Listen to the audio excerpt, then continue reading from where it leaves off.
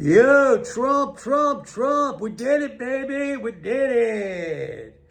Donald J. Trump elected again, now the 47th president of the United States. It's a great day in America. I'm very happy. I'm making this little video before I head out to the range. But as you see today, a massive equities rally. Kind of interesting what's going on today. Listen, I could understand a couple of things I want to say here. Number one, I could understand there's been a tremendous amount of pent-up anxiety leading up to this election, and I think you can see it as being released today like a freaking volcano, okay? Like a volcano. Market Dow up almost 1,400 points, new highs in all the market averages. I get it. It's euphoric. You know, it's just massive exuberance. I think we're going to see, one of the things I've been talking about here for months and months is the fact that the put-call ratio has been really kind of high for a long time. I mean, we never got down to the low levels we saw in 2020 with the super bullishness. And I thought, like, probably going to have to wait until that happens. And it's sure to happen now with this result, with this election result. Again, you could see the enthusiasm, the exuberance pouring out, and that's going to be reflected, number one, primarily in the stock market. But there are some inconsistencies. I gotta mention it again. I'm sorry, but to me, like, it's really important to pay attention to these things because it kind of shows you where the arguments are a little bit tenuous.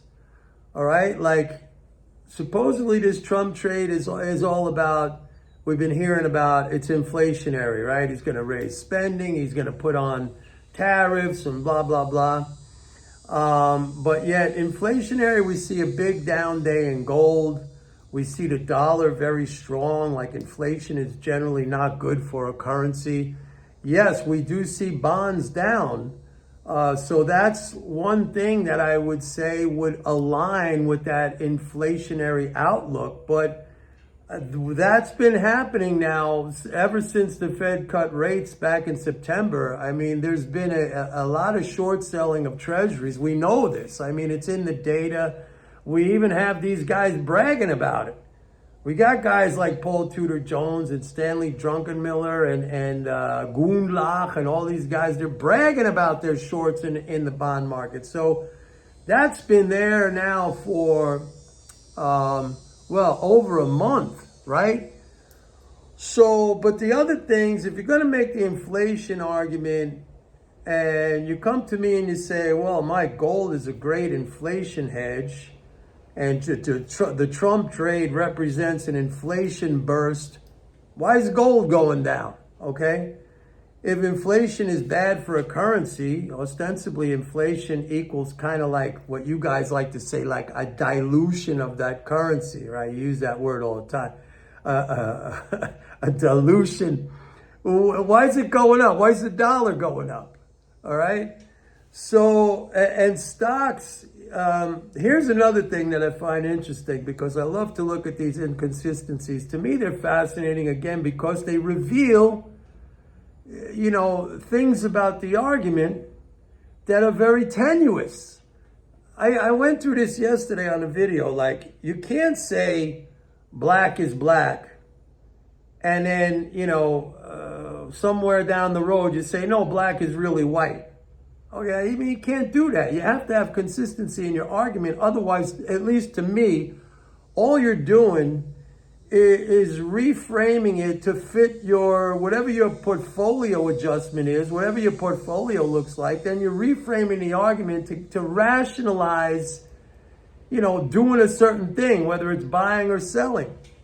So I just can't get on board with that. And I've said in the past, like, if you use that kind of stuff, those inconsistencies, you don't really have to know a lot more. You don't have to know about economics. All right. You don't have to know about policy.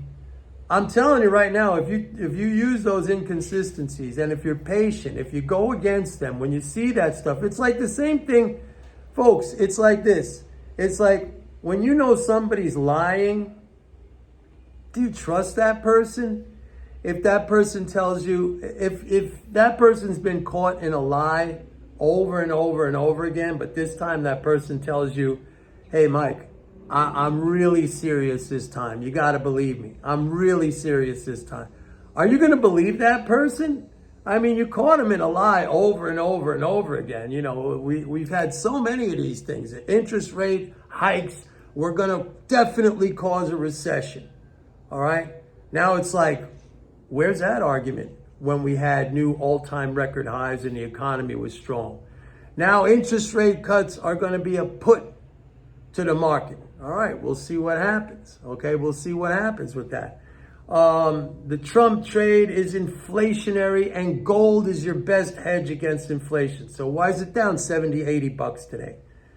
I mean, I don't know. Maybe it's just me, but I look at these inconsistencies the same way as I look at people who lie to me and then come back to me and say, Mike, you really got to trust me on this one. You know, all those other times, yeah, I know I fibbed a little bit and I probably shouldn't have, but just forget about those things. This time you can really trust me, okay?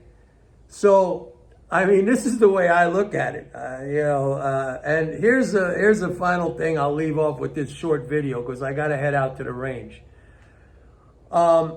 This is why I don't recommend shorting the stock market. It used to be something I always used to do. I told you guys I was a member on the CME in Chicago. I traded S&P futures in the pit, and all I ever did was sell, and I never really made any money. And the guys who made money, they were always on the buy side. The stock market is a growth function, okay? It reflects the growth in the economy, innovation, the growth in profits, the growth in population, household formations, all that kind of stuff over time. What I prefer to do, you know, when it's going up and up and up, because today, for example, my portfolio, it just had a huge jump in value because I'm long stocks. What I prefer to do is when it goes like this, I sit on the sidelines and I wait for it to come down and I wait patiently. I've used the analogy of the crouching tiger in the jungle waiting to pounce on its prey when the prey, you know, is unsuspecting and it's there. That's how I approach it. So like, this is great. I'm looking at it. I don't short it. I wait because for me, what I've learned, if you want to get rich, you accumulate good assets over time. You don't short them. I mean, who's this famous guy who he was a famous short seller? I always forget his name. It makes no difference to me, but you guys know his name. He ran a fund. He was a hedge fund guy. He was a famous short seller. He went out of business. He gave whatever was left of his investor money, he gave it back.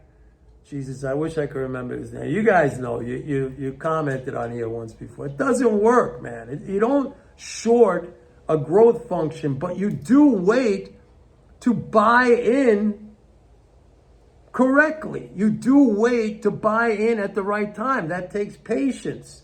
And I know a lot of you, I hate to repeat this over and over again, but I'm going to say it again. You see stocks going up, you get all panicky, fear of missing out, the FOMO instinct kicks in, you go chasing after that just like what you did with the gold.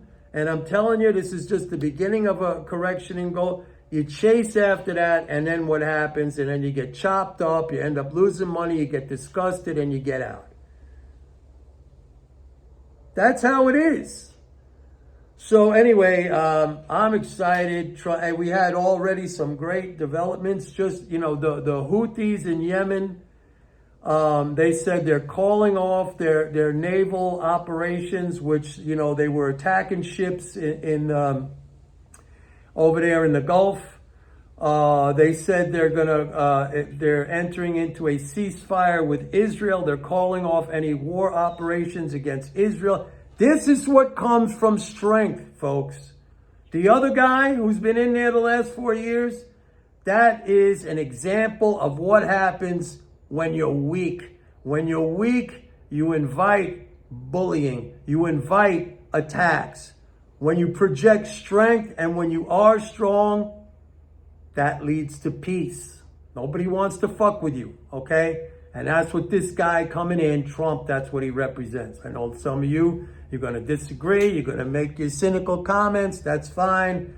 And I could deal with that. Today's a good day. I'm excited. I'll see you later. I'm going to the range. Bye.